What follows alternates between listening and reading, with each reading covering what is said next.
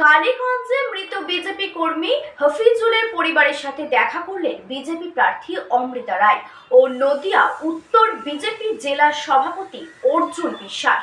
মৃত হাফিজুল শেখ আগে সিপিএম করত। সদ্য সমাপ্ত লোকসভা নির্বাচনের আগে সে বিজেপিতে যোগদান করে, আর তাই বিজেপি করার অপরাধে বিজেপি কর্মী হাফিজুলকে খুন করেছে তৃণমূল কংগ্রেস বলে দাবি কৃষ্ণনগরের বিজেপি প্রার্থী।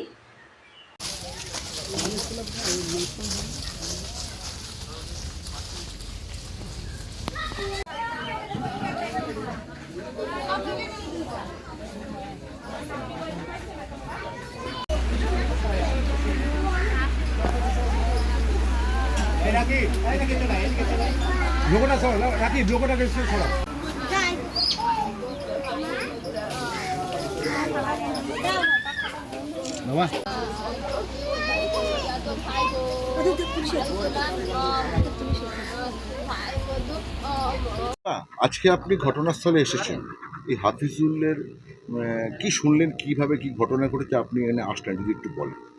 হাফিজুল কি করতেন? হাফিজুল তো বিজেপি 2-1 মাস আগে জয়েন করেছিল, সেটা আমি জানতাম, কিন্তু তার যে এই পরিণতি হবে সেটা তো কেউ ভাবেনি। আর সে যে জয়েন করেছেন সেও নিশ্চয়ই একটা মানে উত্তক্ত হয়ে গিয়েই করেছে। তো সেখানে আমার কিছু বলার নেই, এগুলো সন্ত্রাস করা হচ্ছে, যেরকম অর্জুনদা বললেন বা আমারও সেটাই মনে হয়েছে, লোককে ভয় দেখানোর জন্যে, এবং ধর থেকে মুন্ডু আলাদা করে মুন্ডু নিয়ে চলে যাওয়া হয়েছে। এটা কীরকম, আমরা কোন যুগে বাস করি? তো নৃশংসভাবে খুন হয়েছে।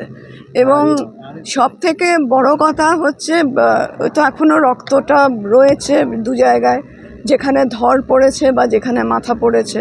এটা দেখলেই তো লোকে বুঝে যাবে যে কিভাবে হয়েছে। এবং পুলিশ এসে শুনলাম যে দোকানগুলো বন্ধ রাখতে বলেছে, শুধু ওই দোকানটাই খোলা রাখতে বলেছে যেখানে ও ক্যারাম খেলছিল। না দাদা, আপনাকে কি সিবিআই তদন্তে দাবি করছে? হ্যাঁ, দাবি করতেই পারেন, কারণ এই রকম হলে সবাই একটা মানে ভয়ের সৃষ্টি হচ্ছে, আতঙ্কের সৃষ্টি হচ্ছে।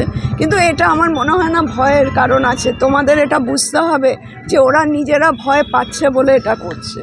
কাজেই তোমাদেরও সেখানে মানে একটু এগিয়ে আসতে হবে বা জোর দেখাতে হবে। এই মুহূর্তে তাদের নিরাপত্তার ব্যবস্থা করবে? হ্যাঁ, আমরা তো নিশ্চয়ই, আমি এক্ষুনি যেটা বললাম, আমি ঘটনাটা পুরো শুনলাম, সবাই আমরা আছি এবং আমরা উচ্চ নেতৃত্বের সঙ্গে ডেফিনেটলি কথা বলবো, যথাযোগ্য ব্যবস্থা নেব।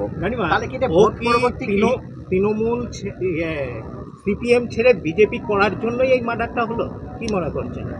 এখন is too early to say this, but হ্যাঁ, একটা মানে ওটা একটা রাগ ছিল ডেফিনেটলি।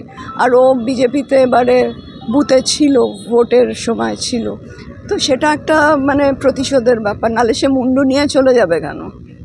এটা তো কেউ করে না, সে রেখে দিয়ে চলে যায়। যদি আমি খুন করি আমি রেখে দিয়ে চলে যাব, আমি মুন্ডু নিয়ে যাচ্ছি, মানে এটা কি সাংঘাতিক পারভার্সন, মানে এটা একটা সেডিজম। মানে এটা মানুষ আজকের দিনে করতে পারে, আমি না দেখলে ভাবতে পারতাম না। ভোট পরবর্তী হিংসার ঘটনাই এটা বর্তমান বলে মনে হচ্ছে। প্ল্যান করা। এ তো যদি অন্য দোকানকে পুলিশ এসে বলে থাকে যে বন্ধ রাখো আর ওই দোকানটাই খোলা রাখো, তাহলে তো এটা সবাই জানতো আগে থেকে। মৃতের পরিবার দাদা দাবি করছে যে এখানে রাজ্য পুলিশের সহযোগিতায় এই খুন। হ্যাঁ, আমিও তো তাই বললাম, এবং বড়বাবুর নাম করছে। এটা তো প্ল্যান করেই করা হয়েছে। আমিও তাই বুঝলাম যে অন্য দোকান সব বন্ধ থাক, যাতে নিরিবিলি থাকে, একটা দোকান খোলা থাক যেখানেও যাবে, এবং সেখান থেকেই 10-12 জন পেছন থেকে এসে গুলি করেছে। তারপরে ও ছুটে পালাতে গেছে, তখন মুন্ডুটা কেটে দিয়েছে। এটা তো ডেফিনেটলি পরিকল্পিত।